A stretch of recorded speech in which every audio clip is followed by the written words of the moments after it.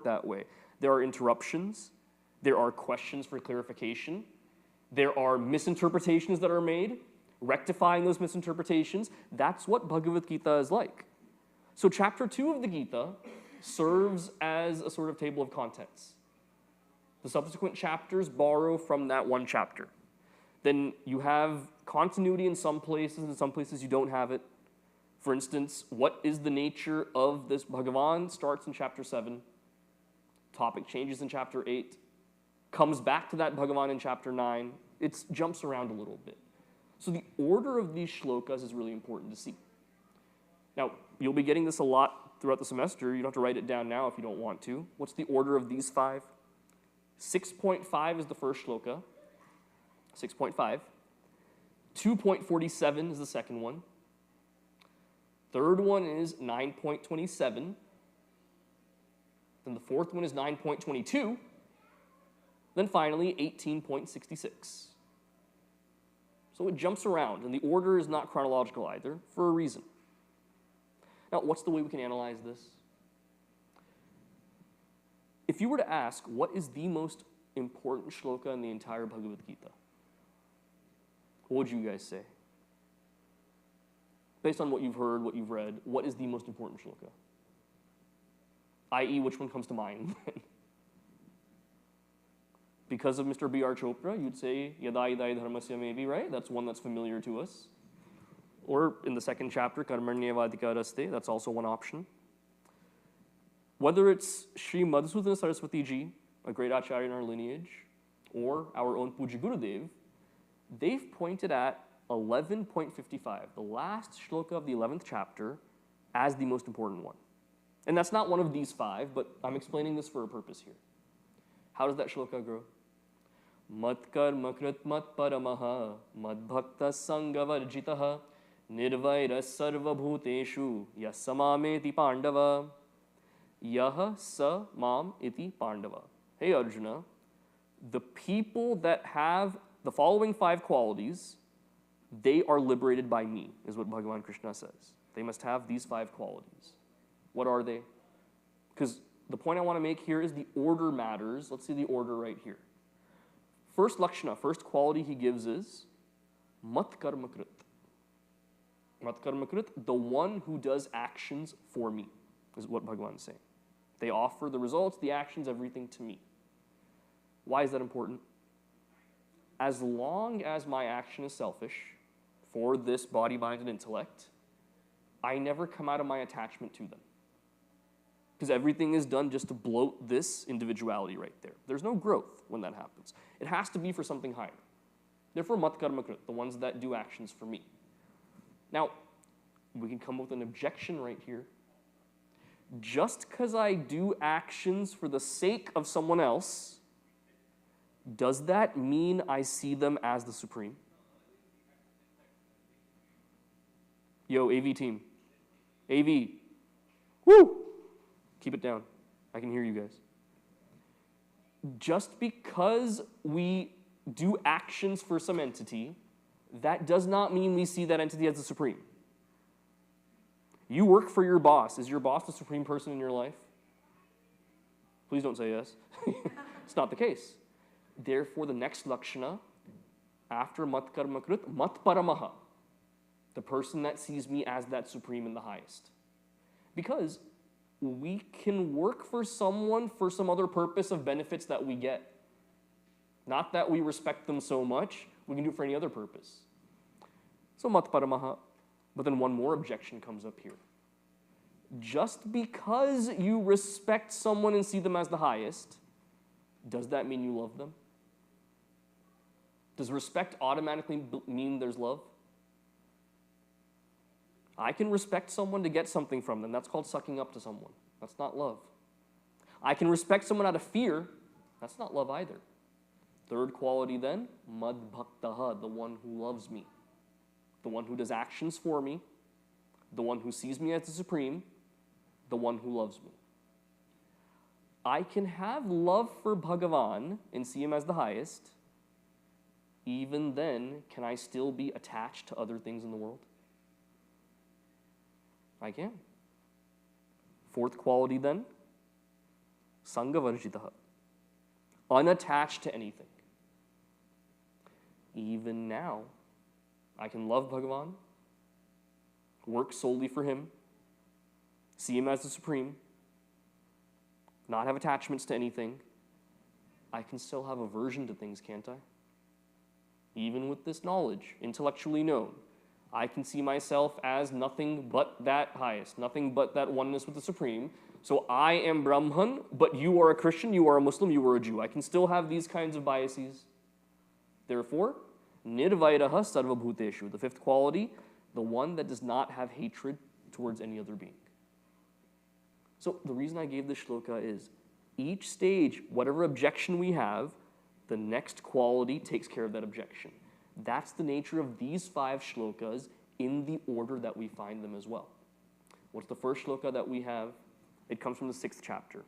Uddharedatmanatmanam natmanam avasadayet atmaiva hyatmano bandhuhu atmaiva ripuratmanaha. Uddharedatmanatmanam. Lift yourself by yourself is the translation right there. Every generation believes that the next generation is going to ruin the world. Your parents said that about you all say that about your kids as well, don't you? It happens. We always see it as devolution. The next generation is going to make things worse all the time. That's mostly hyperbole. If you look at history, I read an article about different media and what they said about the next media coming out. In the days that we listened to radio, when television came, people freaked out. That people will be glued to the screens all the time, no work will get done, intelligence will fall. That's what they said about TV. Then decades later, the internet came. People freaked out again. That people will just be doing this all the time, there will be no human-to-human contact at all. Now with the advent of AI and irresponsibility and fake news and all of this, we're freaking out again. It's not, all of these mediums gave us some great things as well. It's not just that they led to a bad thing in society. So it's all hyperbole for the most part. But if there's one valid thing about this next generation that's coming, it's that, as a whole, the generation does not take accountability for their own actions. There is always some external entity that I can blame for any of the problems that I have in my own life. And that victim mentality is a comfortable place to be. Who wants to look in the mirror and say, I'm the reason for the problem that I have? It's so much easier to blame my parents or to blame society at large or the economy or the politician or something like that. That's so much easier on me than looking at myself. Our seniors who have their college apps, it's a really stressful time for them. The hardest part of the college apps is that personal statement essay they have to write. Because if you talk about your accomplishments too much, it sounds arrogant. If you don't talk about it enough, it seems like you haven't done anything. It has to be that sweet spot right in the middle. Plus, it has to be original. If the prompt is, talk about a world problem you want to solve, you write about hunger, I write about hunger, we're the same then. How are we going to stand out? It's got to be original. So they go through a lot of stress. One of our seniors came to me last year, very stressed out, and he said, I can't write the essay. I said, okay, what's the prompt? The prompt was, write about a challenging time in your life. What was his issue? He's never had a challenging time in his life. Seriously, that was his problem. I've never had a challenging time in my life. That's one thing this new generation does not get. Because, okay, growing up in India then, how old were you the first time you had to take a train or a bus or something on your own to run an errand, getting groceries or medicine for your grandparents or something? How old were you the first time you did that alone? No cell phones or anything. How old were you? 10? Okay. 12? 10? Your parents trusted you to do that, or by necessity you had to do it. Would you trust your 13-year-old kid to go do something like that alone? Because we complain that they don't know these skills, they don't know independence, all of this. When have we given them that trust and opportunity to try and fail at it in the first place? It goes both ways right here. We can't blame one or the other. You see what I'm saying? I know safety, this or that. I mean, they have phones now, man. Like, it can be done.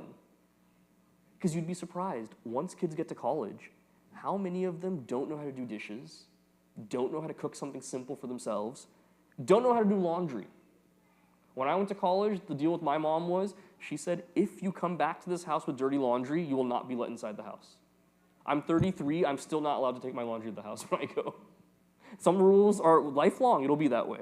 It's good. Teaches independence in that way. But when they don't have that, there is no reason to take accountability. The difference between needs and wants is the same way as well. When likes and dislikes take over, what has to be done? For instance, the average American college student, how many times do they change their major in college? 2.3 is the national average, so anywhere between 2 and 3. How many times did you guys change your major in college? You never had that luxury to do that. There's no opportunity, there is no scope, there was no mindset of I can even do that. When options are plentiful, and my mommy and daddy are paying for my college, I have the ability to have this leeway to do. In one way, that is good, that kind of a mindset. In that, you're not stuck to one thing. I firmly believe if I were born and raised in any other country other than America, I don't think I would have become a brahmachari, as ironic as that is. It was this American mindset of follow your dreams no matter what opposition you get, no matter how weird the dream is, go for it. I think that's what brought me to where I am. As weird as that sounds, I really do believe that. But the other side of that is committing to something, even if I don't love it, and saying it's for another purpose, that maturity is missing sometimes. So lift yourself by yourself. See how much we talked about just with that one line right there. It encapsulates all of this.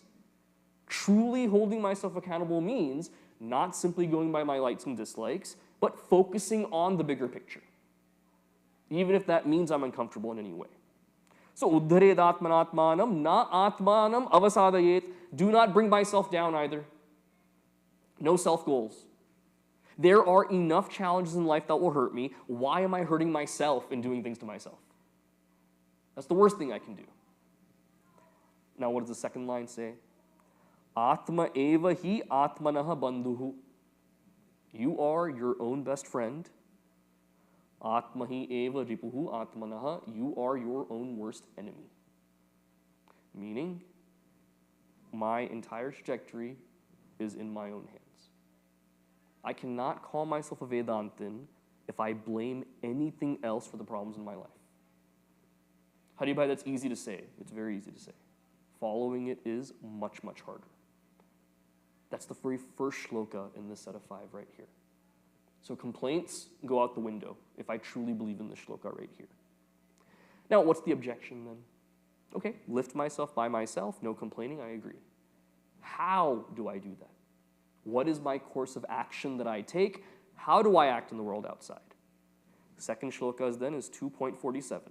Karmanyevadhikaraste ma phaleshu kadachana ma karma phalaheturbhuhu ma te sangostva karmani. Karmanyevadhikaraste, adhikara, rights.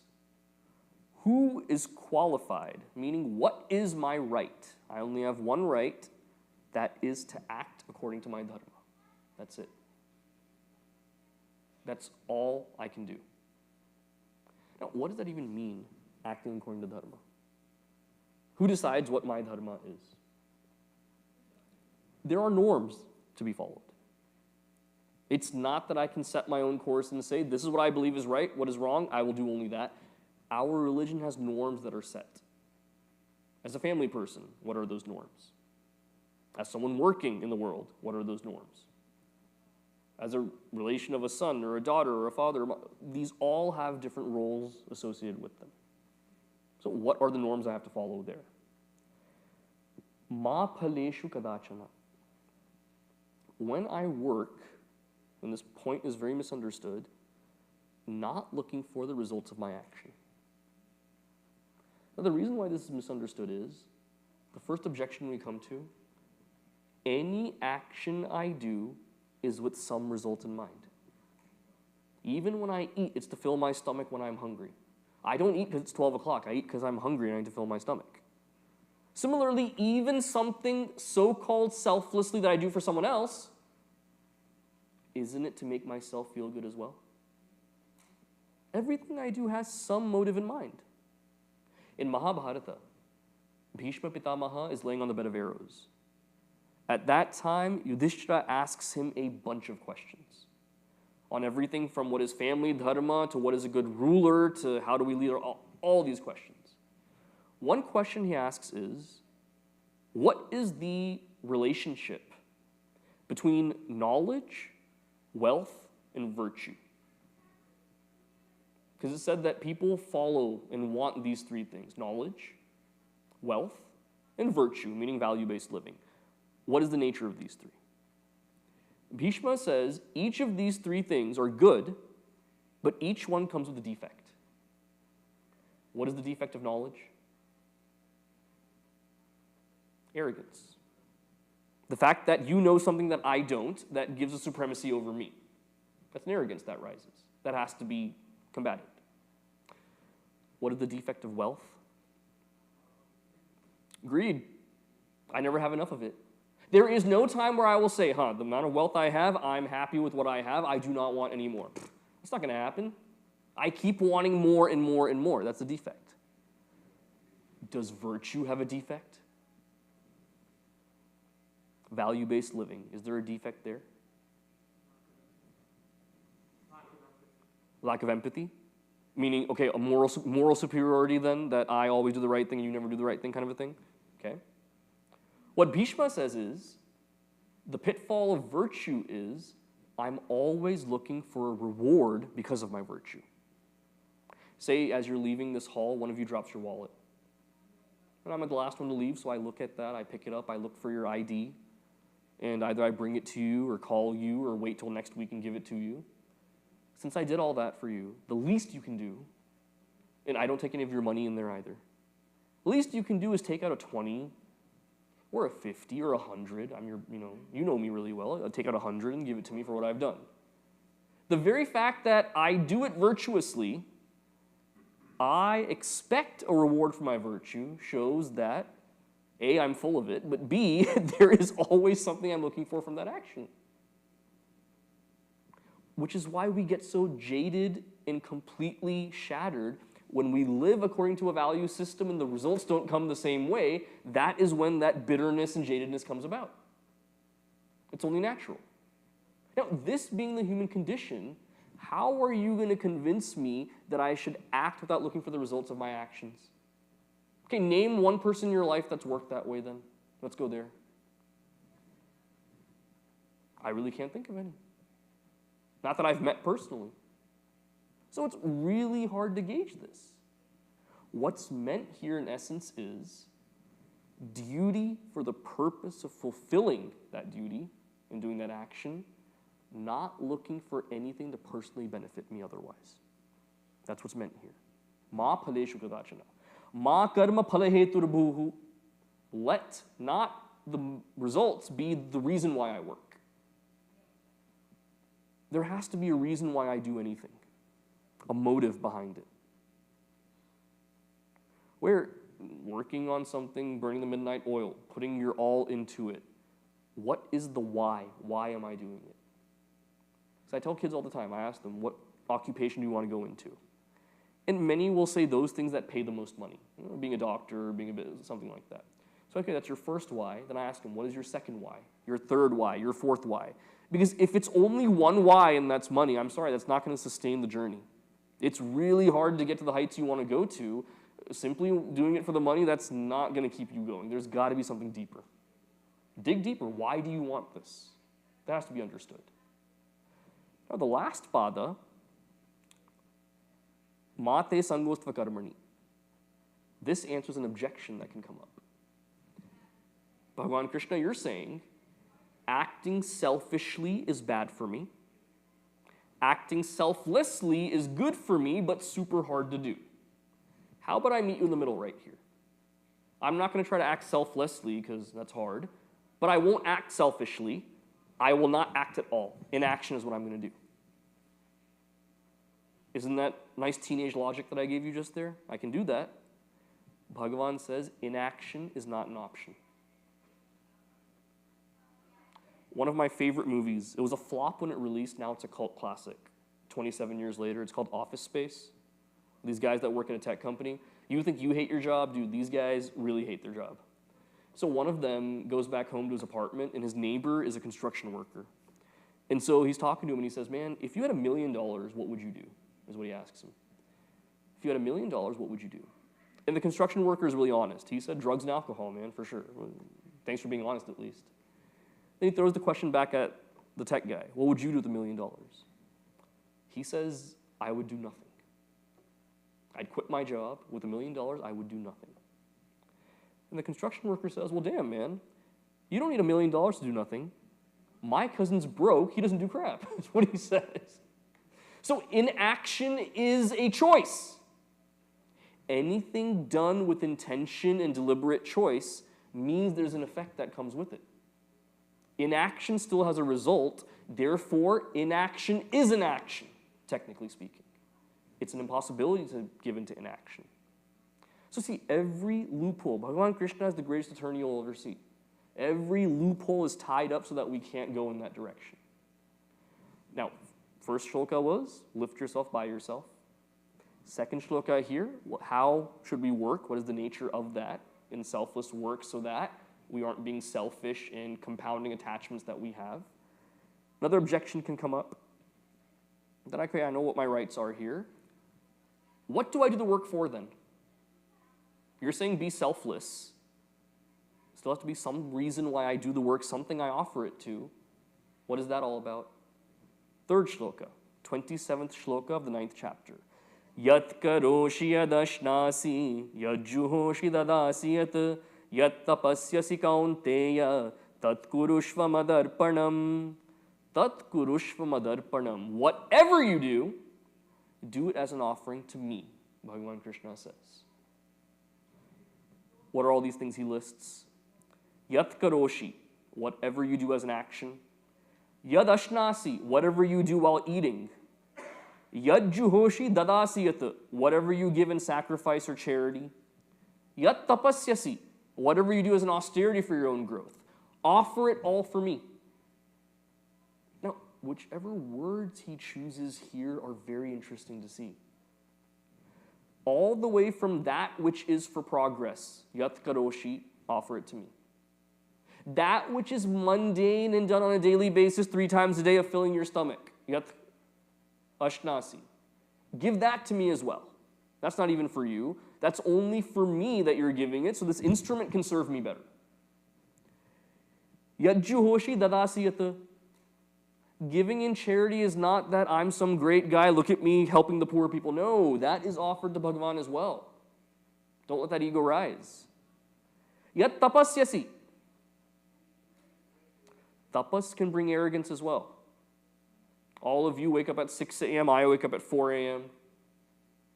All of you wear jackets when it's cold, I walk around in my shorts. These are weird tapases that people do that gives them that arrogance. Tapas is also offered to Bhagavan. Meaning there is no scope to hold on to anything saying, I have done this. Everything is for that higher then. Tat kurushva madarpanam, do it all for me. So detaching from that lower, attaching to that higher. That's what this third shloka is all about. Now, one objection can still come up again. I understand lift myself by myself, which means doing action in a selfless way, which means offering it all to that Supreme Bhagavan. What about my needs that I have, though? Remember the story I told you last year? When Bhagavan made the beings, he made 4 of them. The human, the donkey, the dog, and the owl. Ring any bells? No? Good. That means I can say it again, you'll think it's the first time. That's why I love teaching high school. They never remember anything. I just have 4 stories, I keep recycling them. When Bhagavan made beings, he made these 4 first. Human, donkey, dog, owl. He gave each of them 30 years to live. The donkey said 30 years is too long. I'm fine with 10 years. So he auctioned off his 20 years he had left.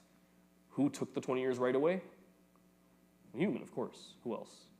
So the human now lives until 50. Inspired by the donkey, the dog also said, I'm fine with 10 years, I don't need 30. He gave his 20 years to the human as well, so the human now lives until 70. Owl did the same thing, human now goes till 90. The first 30 years of a human's life, we live like humans, exploring the world around us, figuring out our strengths, finding out who are the people we want around us, including that one special someone, Jivan Sati, finding out what it is we can contribute to the world and jumping into that. That's all until 30. 30 to 50, life of a donkey. Driving your kids around everywhere all the time. And they never even say thank you. You, from wiping their bottoms to learning them how to, teaching them how to eat, and then all these things, and you don't get them the new iPhone, and mom and dad, I hate you. That's what you have to deal with. It's good for Vairagya, trust me.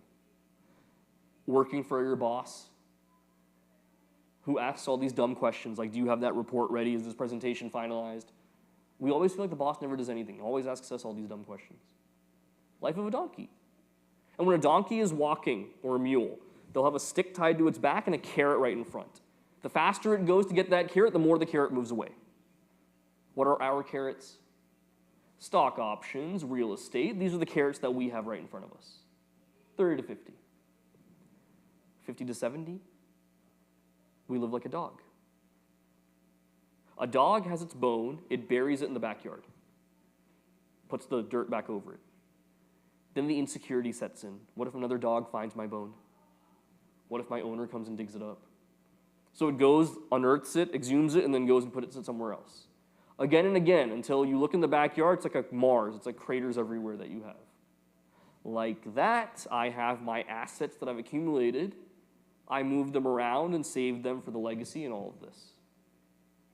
Dog, 50 to 70. 70 to 90, if I'm lucky to make it that far. An owl sits on the branch, not moving, simply looks at the world. Like that, my body is failing by then. I just look at the world go by. I'm not saying this to be pessimistic. It's realistic, right? This is what most people go through. The dog part is what I want to focus on for this third shloka right here. Fourth shloka, sorry. Ananyaschintayanto mam ye janah paryupasate tesham nityabhiyuktanam yogakshemam vahamyaham. Bhagavan says, yoga kshemam vahamyaham. Yoga means all that I acquire. Kshema is preserving what I've acquired. That's that dog portion of life. Bhagavan says, I'll take care of that for you. Is there a better deal you can think of? Our entire life from the very beginning has all been about yoga kshema. Get good grades in school. For what purpose? So you get to a good university. Good university. For what purpose? So you get a good high-paying job. High-paying job. For what purpose? You can support a family. Support a family. Why? That's what people do. It's all about yoga kshema from the beginning. That has been our one conditioning to move forward in life. And Bhagavan is saying, I will take care of that for you. And he only wants one thing in return. The good thing about a deal is where you get the maximum by giving the minimum. What is the one small thing he wants? Worship nothing else but me. Ananyaha chintayanto mam. Worship at the end of the day is whatever is in my mind the most, that is what I worship. If I wake up every morning and the first thing I do is check my stock portfolio, because the Nikkei opens at like 4 a.m. our time, something like that opens really early, so I have to go and check that. Then throughout the day, making sure my investments are good. Before I go to bed, I do one more prayer saying, Lakshmi Devi, please give me more of this. What do I worship at the end of the day? Money is what I worship then. What's meant here? Ananyaha chintayanto mam. Worship only me, not anything else. That's the one thing he requests. If you do that, I will take care of all your yoga kshema. Pretty good deal for me. Sounds like a pretty good deal. Now this word ananya, important to see. Every year, there's a list released of the most popular baby names. For the 27th year in a row, it was Emily for girls, which I only know 2 Emilys in my life, so I find that hard to believe it's the most common name, but whatever. For Hindu girls in America, okay, subset here, I have a feeling, okay, go with me on this. I think Ananya is the most common name. Because I'm saying this from experience. I do Bal Vihar camps all over the country. Every class has at least one or two Ananyas. Even our Bhavihar here, every single class has at least one. That's a good thing. Every time I hear that name, I think of the shloka right here. It's a reminder, worship nothing else but that Bhagavan. One more objection can come up here again. So you're saying, lift yourself by yourself? I agree. Yes. Do not blame anything else. Working in a way that is selfless, not looking to gain and benefit from the results that come my way. I also understand that highest that I should offer everything to is nothing less than that Bhagavan. And true worship of that Bhagavan, to get away from any anxiety for Yogakshema, means I devote myself to him fully. For what purpose at the end of the day? Why? What is that final thing all of this culminates in? 5th shloka. Sarva dharman parityajya mamekam sharanam vraja aham tva sarva papebhyah mokshayishyami ma shuchaha. Mokshayishyami ma shuchaha. I liberate you myself. Liberated from this cycle of birth and death and birth and death and birth and death. How? Sarva dharman parityajya mamekam sharanam vraja. Sharanam, you take me as your refuge. When I encounter a problem, where does my mind go first? What is my surefire thing that I do? Ram Barnupaya. They say when Bhagavan Ramji lets his arrow loose, there's no way it will not hit the target. What is that one thing I count on that I know will hit the target for sure? It's different for every person.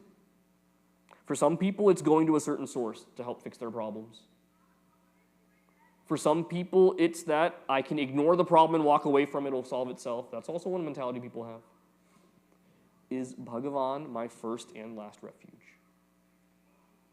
Or is it that within these four walls, yeah, Bhagavan is there, but in the real world out there, it's other things that help? There's people that say that as well. What is my spiritual maturity of reliance on that Bhagavan? What is the level of my Shraddha, firm and faithful? Now, this seems illogical. That forget anxiety and simply focus on Bhagavan and that moksha. And who does that in this day and age? This is where Hindu society plays a role right here as well. Think about it. One beautiful example. Again, Mahabharata. During those 26 years where the Pandavas ruled Indraprastha, it was a generally peaceful time. There wasn't much conflict going on, so they were able to have good conversations, some nice charcha with each other. They were all learned, very well learned. One day, Yudhishthira asks Arjuna a question. He said, why is there the need for government in society? We're all adults. We know what our boundaries are, how to treat each other. Why is there a need for government? Arjuna says, back in Satya Yuga, there was no need for government. People knew how to behave. Over time, as society devolved, the bigger guy would pick on the little guy just because he could. Human nature. In every society in the world, we find that. Whichever kind of governing structure you have, capitalism, communism, whatever it is, the big guy picks on the little guy. That's there everywhere. Human nature. He said that's why a government was there, to curtail that at least. And he gives 3 reasons why a government should be there. That's what I want to focus on. 3 reasons, very important reasons. First reason, he says, is without a governing entity, there are no rites and rituals that are performed. There are certain samskaras. When someone dies, what is the antim samskara to be performed? When a baby is born, what are those procedures? Vivaha samskara, a wedding, what is the prakriya, process to be? There are layered things that we have to do. He says if there's no governing entity making sure you do it, no one would do it. And we're seeing that in the world today, right? Especially in the diaspora, we're seeing that. Second reason he gives, without a government structure, there would be no personal property. I'm more powerful than you, I come and kabja your land, and now it's mine. I usurp your property. Personal property would not exist without some governing entity making sure that that's there. Third reason, without norms set by an authority, there would be no family structure anymore. This idea of my wife, my kids, my husband, my kids, that would devolve and it would just be a free-for-all. Now, why are these three reasons given in particular? The first reason, rites and rituals would not be performed. Dharma is not adequately performed without an entity like a government. Second reason, no personal property. Artha is not performed the right way, the right to commerce. Third, breakdown of the family structure. Kama is not properly done. Hindu society was structured so that when Kama, Artha, Dharma are properly regulated and there is no ambiguity there, the entire society is naturally pointed towards moksha as that highest purushartha. So it's not that this knowledge is antiquated. We have devolved so much, we're so far away from what the original design and structure is.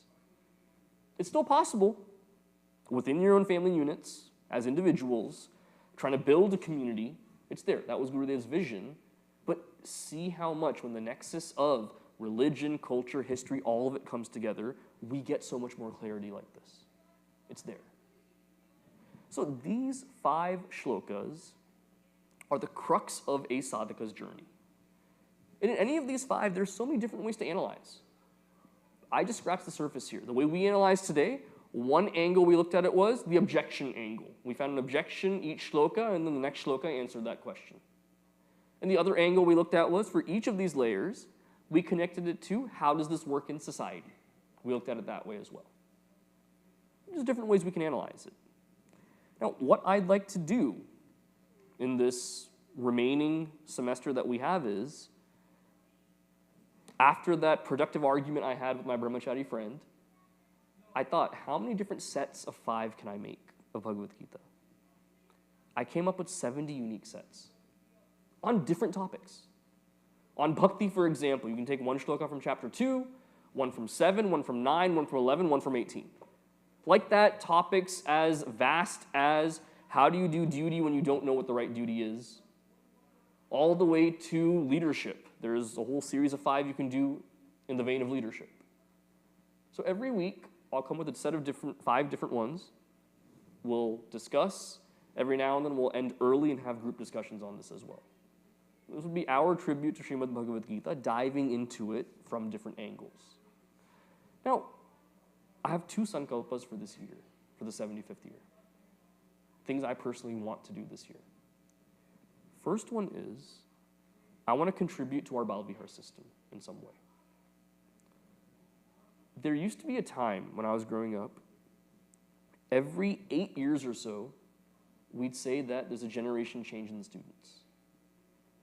Meaning the way they learn changes, attention span changes, interests change, their very way of expressing and vocabulary changes, though it used to be an 8-year cycle. Lately, that's been crunched down to about 3 years, and you feel it's a new generation of students. That's coming from our teachers that say this. We got to keep up with what's going on. So you may think it's silly that, yeah, I do a lock-in and talk about Stranger Things and Euphoria, and those are TV shows, by the way, if you didn't know. But that's how. The knowledge I give is the same thing from Bhagavad Gita. It's just packaged in some different wrapping paper each time. That's all it is. It's nothing special. But I want to find a way to really strengthen our teachers by giving them better resources for training and making sure that the kids are getting most from the Balvihar program. Because we have graduation every year, the kids make speeches. What I'm tired of seeing in every one of these speeches, and I've been seeing this for 25 years now, is I didn't like coming to Balvihar, but I'm going to take these values with me when I go to college. BS, man. No one's going to. I'm waiting for that class to come up here and say, no matter what came, I made sure I was here because this is indispensable. Because what my teacher gave me in class, I could not find anywhere else. I cannot imagine going through life without having this knowledge on a weekly basis. We have to make that happen. Now, that's on the institution to make that happen. That's also on the parents and the families to make that happen.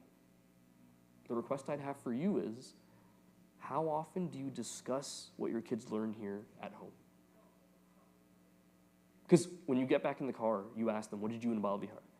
And naturally, they tell you, first, Dad, we did point number 1, and then point 1A, point 1B, and then we did this. Is that what they answer you with? What do they say instead? Nothing, or just grunt, or whatever, or what's for lunch, or who's playing the football. It's always something like that, which is why we have the teachers send you class updates in the WhatsApp groups so that you can foster this discussion. Or else, what do the kids get? They see that within these four walls, they discuss these things. Outside of here, it's irrelevant because my parents don't even bring this stuff up, yo. Why does it matter to me? It's only confined here. So Bhagavan exists in this one center. Outside of here does not matter. These values exist within this center. Outside of that does not matter. That's the perception that they get. And then we expect them when they go to college to take this religion with, yeah, who are we fooling here? Ourselves, that's it. So we have to rethink the way we're engaging with them. That's one thing I want to do. Second thing is, this is also a great time to recommit ourselves to understanding Pujya Gurudev's vision. Anyone here ever met Pujya Gurudev or seen him in the flesh? It's either people who are long-time mission members or people who came from mission families who were really young when they saw him. That's all we have left nowadays. 33 years after he attained Mahasamadhi. Now, when we don't hold on to understanding his vision, there's some subtle fractures that we're seeing in the foundation right now. Recently, we're more firm about closing the doors right at 12 o'clock, right? In another center, I got a message from a family. 9 o'clock session is what they come to. We came at 9:01 and the doors were closed. We had to wait outside till later on to come in. And my kid felt really bad. I also felt really bad. We were only 1 minute late. And I was fine with that message, okay. The next part of it is what riled me up. We don't believe this aligns with the inclusive nature of Chinmaya mission. Bro, when Pujya Gurudev was there, 1 second late meant you weren't coming in. So you don't tell me about inclusivity of Chinmaya mission. Understand what Chinmaya mission is first. In some centers like Houston, 9 o'clock means it's not, you get to wait outside. They close the gate to the parking lot at 9 a.m. Your car does not come in here. I drove half an hour to get here. Should have gotten here earlier then. Now, if I did something like that here, I'd have to wear a bulletproof vest for the rest of my life, so I don't do that. But that is Gurudev's vision right there. So the more we devolve away from that vision, we co-opt other things and use words like inclusivity and stuff like this, not understanding what his vision was. Let's make up for those cracks in the foundation as well.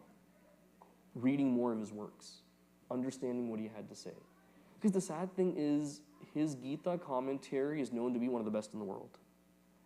I don't see our mission membership holding on to these things like we used to. Right? And part of it's time, I understand. But at the same time, a brahmachari with 6 years of experience is not going to give you something valuable on a weekly basis. Let's be honest about that. Reading 1 paragraph of his work will do more than 3 hours of listening to me. Why can I say that? Because I read all his work. There's a lot in there that we can gain from. Recommitting ourselves to understanding his vision. From a Bhavihar standpoint for the kids as well, I want that.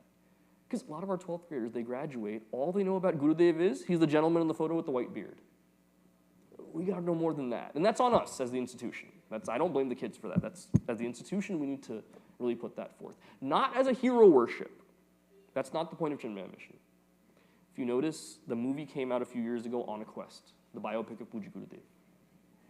What I appreciated about that movie the most was, we made that movie ourselves as Chinmaya mission. So we could have shown how great our Guru is. We could have shown him doing miracles, or he's this, he's that, he was perfect, infallible, all of this.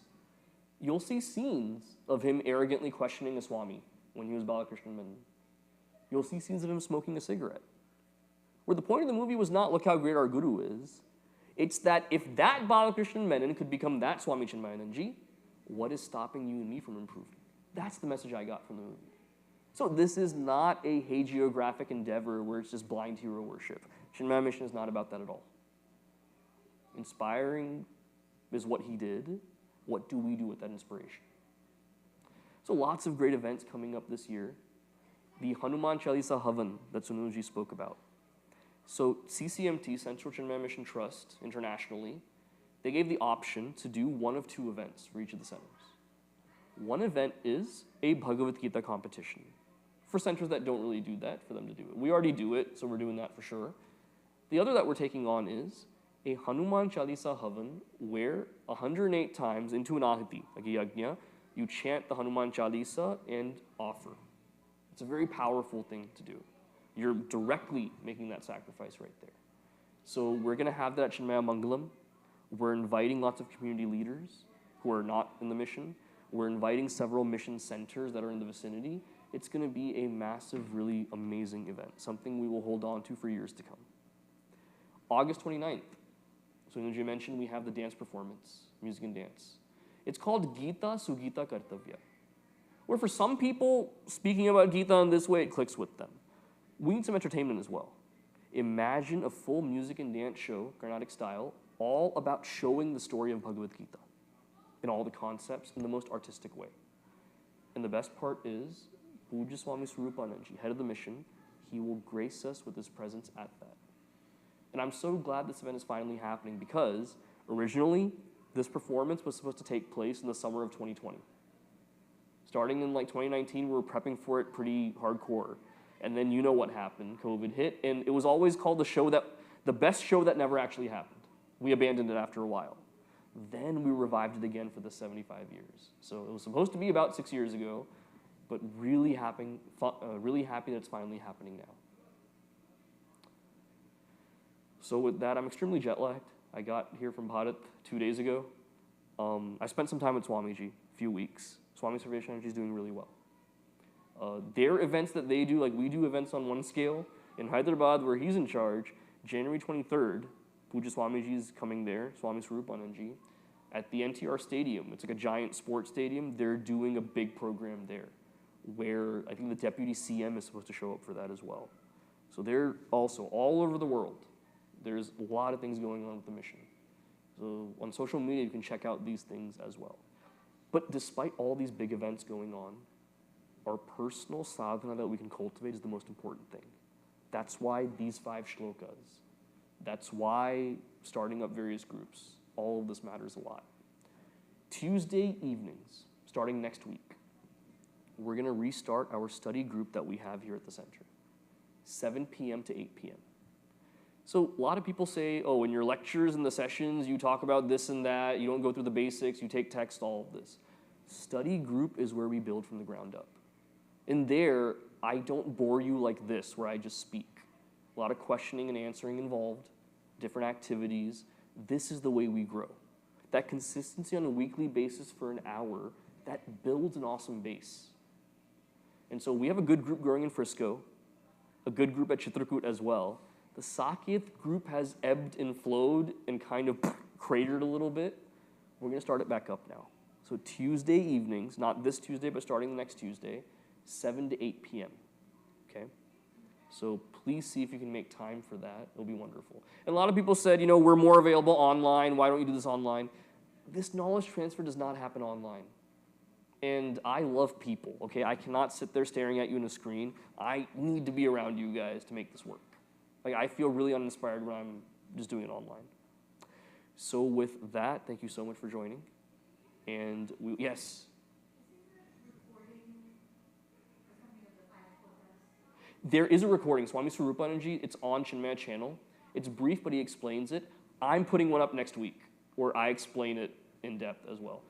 For the 3 lectures I had this weekend, I took 3 different angles on this. I tried and experimented. This one didn't work that well. I didn't feel good about this one, but there's another one that I did. I'm going to upload that one. Yeah. Yes, a lead and repeat, that's also in the works. Yes, definitely. With Devanagari, English transliteration, we're going to go through all of that, for sure. Yes, sir? Study group text that we're looking at is self-unfoldment. Yeah, building blocks of Vedanta. It's straight Bhagavad Gita, meant for discussion group. So that's a good text to start with. Alrighty. Om Shanti Shanti Shanti Harihi Om Shri Guru Bhyo Namaha Harihi Om.